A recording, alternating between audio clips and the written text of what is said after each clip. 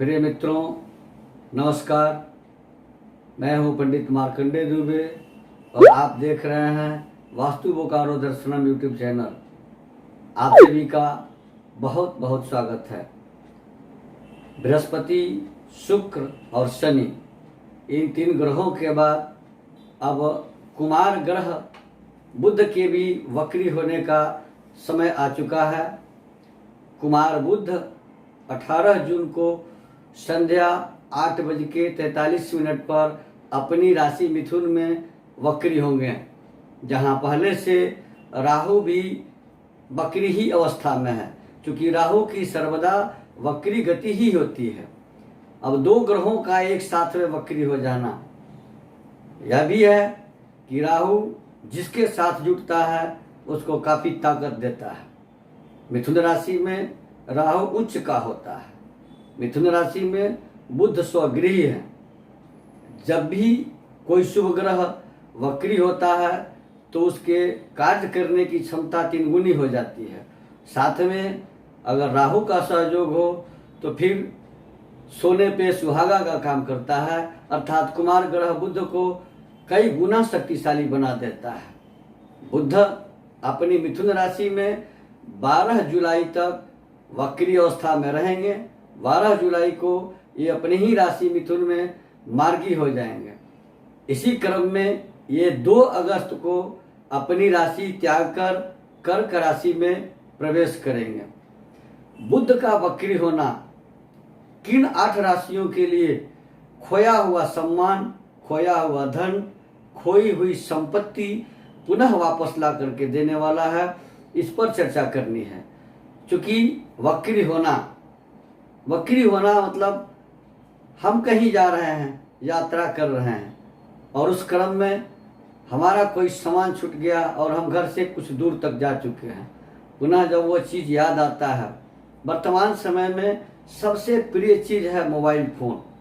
अगर घर से निकल के यात्रा के लिए हम चल पड़े, 10-20 कदम, 100 कदम, 400 कदम जाने के बाद अगर याद आता है कि हम मोबाइल घर पर छोड़ दिए हैं, पुनः जा कर के अगर हम मोबाइल लेकर के अपने गंतव्य तक पहुंचते हैं, इसी प्रकार बुध भी वक्री होकर पुनः अपने मार्गी होगा।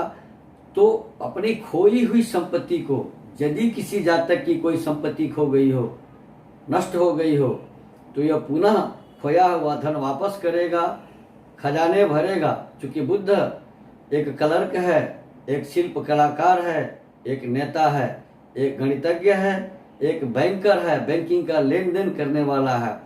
बुध कुमार ग्रह है, शिल्प कला और हिसाब किताब का ग्रह है, इन विभागों का प्रतिनिधि ग्रह है। और जब भी यह धन देगा तो इन्हीं कार्यक्रमों में, इन्हीं व्यवसायों में व्यस्त लोगों को धन देगा। बुध जब भी गोचर करते हैं तो जिस राशि में रहेंगे, जिस राशि के तीसरे रहेंगे, जिस राशि के 6वें रहेंगे और जिस राशि के 12 में रहेंगे, उन राशियों को शुभ फल नहीं देते हैं, उन्हें परेशानी देते हैं अथवा वहाँ उदासीन हो जाते हैं। अगर इस स्वगृह में किसी राशि में प्रथम हो रहे हैं तो वहाँ उदासीन फल देंगे, अगर वक्री हैं तो।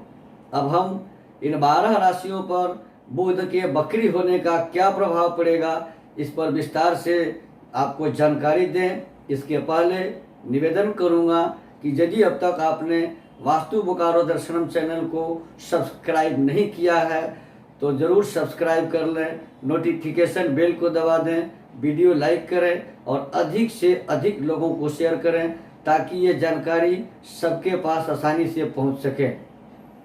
मित्रों, बुध खोया हुआ विरासत लौटाएगा।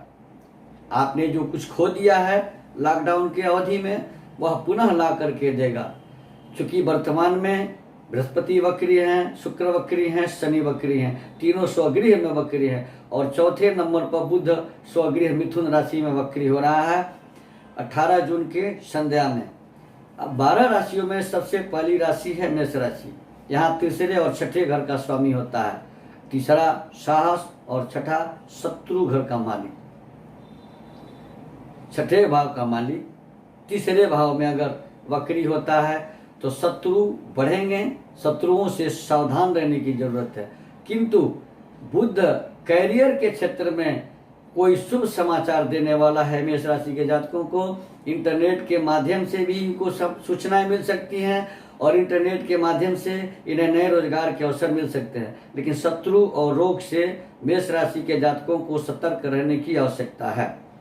दूसरी राशि है वृषभ राशि। वृषभ राशि के धन, कुटुंब, वाणी और विद्या, शिक्षा तथा संतान भावाधिपति बुध विद्या भाव में ही, धन भाव में ही, कुटुंब भाव, वाणी भाव, द्वितीय भाव में वक्री स्वगृह में हो रहे हैं, राहु के सहयोग को प्राप्त कर रहे हैं। अब वृषभ राशि के जातकों को धन वृद्धि करेंगे, रुका हुआ और अटका हुआ धन इन्हें ला करके देंगे। लेकिन वृषभ राशि के जातकों को वाणी पर संयम जरूर रखना है, क्योंकि द्वितीय भाव में राहु वाणी को खराब कर सकता है, बुद्ध को भी कमजोर कर सकता है वाणी के मामले में। अतः वृषभ राशि के जातक वाणी पर नियंत्रण अवश्य रखें।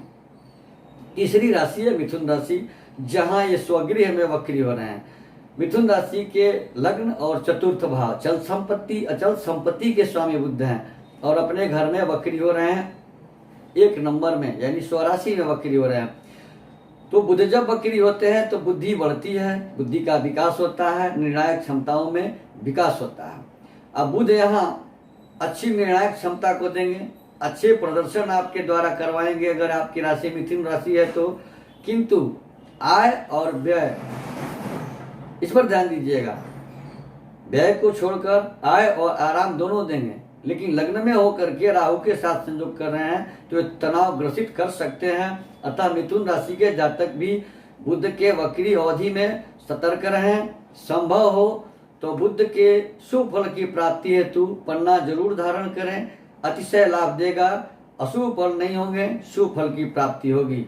चौथी राशि है कर्क राशि, जहाँ कर्क राशि के तीसरे और 12वें भाव के स्वामी, साहस, पराक्रम और व्यय भाव के स्वामी व्यय भाव में वक्री हो रहे हैं राहु के संयोग में, तो अधिक खर्च होंगे। अतः इन्हें खर्च पर नियंत्रण रखने की जरूरत है और संभव हो तो कोर्ट कचहरी के कार्यों से दूरी बना के रखें, अन्यथा कोर्ट के चक्कर लगाने पड़ सकते हैं। पांचवी राशि है सिंह राशि। सिंह राशि के वाणी भाव, कुटुंब भाव, धन भाव और लाभ, जस, ख्याति, राज्य भाव, उन्नति भाव के अधिपति बुध उन्नति भाव में 11वें घर में उन्नति हो वक्री हो रहे हैं। नौकरी में प्रमोशन देंगे, नौकरी के इच्छुकों को नौकरी के अवसर प्राप्त होंगे। प्रेमी जनों के लिए प्रेमी जीवन में थोड़ी सी गंभीरता आएगी जो अच्छी है। कुल मिलाकर सिंह राशि के लिए बुध का वक्री होना बहुत ही ज्यादा लाभदायक है। अगली राशि है कन्या राशि, जहां कन्या राशि के राशिपति और दशमपति दशम भाव में मान, सम्मान, धन, पद प्रतिष्ठा के घर में, पिता के घर में राहु के साथ वक्री हो रहे हैं। दशम घर में मान, सम्मान, धन, सुख, वैभव सभी प्राप्त होंगे तथा कन्या राशि के जातकों के रुके हुए कार्य पूर्ण होंगे वक्री बुध के अवधि में। अगली राशि है तुला राशि। तुला राशि के 9वें और 12वें भाव के स्वामी, व्यय भाव और भाग्य भाव के स्वामी भाग्य भाव में वक्री हो रहे हैं, राहु के साथ में हो रहे हैं। तो तुला राशि के जातकों को भाग्य का साथ मिलेगा, भाग्य का सहयोग मिलेगा, धार्मिक रुचि बढ़ेगी, धार्मिक कृत्य करने के अवसर प्राप्त होंगे और धन की प्राप्ति कराएंगे बुध, इनकी तिजोरियां भरेंगे बुध। अगली राशि है वृश्चिक राशि। वृश्चिक राशि के 11वें और 8वें भाव लाभ, जस, ख्याति और जीवन मृत्यु भाव के अधिपति जीवन मृत्यु भाव में स्वराशि मिथुन में राहु के साथ वक्री हो रहे हैं। यहाँ पर वृश्चिक राशि के जातकों को थोड़ी सी सावधानी बरतने की जरूरत है। अगर आप नौकरी बदलना चाह रहे हैं तो इस अवधि में जब तक बुध वक्री हैं कृपया नौकरी बदलने का प्रयास न करें और स्वास्थ्य का विशेष ध्यान रखें, स्वास्थ्य कमजोर हो सकता है। अगली राशि है धनु राशि। धनु राशि के 7वें और 10वें पति पत्नी, व्यापार, रोजगार और कर्म, मान, सम्मान के अधिपति गुरु बुध अपने ही राशि में 7वें भाव में स्वगृह में मिथुन राशि में राहु के साथ वक्री हो रहे हैं। अब आपको भी शत्रु से मुक्ति मिलेगी। धनु राशि के जातकों को शत्रु से मुक्ति मिलेगी, सहयोग प्राप्त होंगे, व्यापार और नौकरी में उन्नति के अवसर प्राप्त होंगे, उन्नति मिल सकती है। अगली राशि है मकर राशि। यहाँ छठे और नवें भाव के स्वामी छठे भाव रोग भाव में स्वगृह मिथुन में राहु के साथ वक्री हो रहे हैं। इन्हें स्वास्थ्य का विशेष ध्यान रखना होगा। परिश्रम का फल मिलेगा, अध्ययन में रुचि बढ़ेगी, लेकिन छठे भाव के शुभ ग्रह कारगर नहीं होते हैं, अतः इन्हें भी स्वास्थ्य का विशेष ध्यान रखना होगा और सतर्कता जरूरी है। अगली राशि है कुंभ राशि। कुंभ राशि के 5वें और 8वें संतान, शिक्षा, विद्या भाव के अधिपति और आयु मृत्यु भाव के अधिपति शिक्षा और संतान भाव में स्वगृह में मिथुन राशि में राहु के साथ वक्री हो रहे हैं।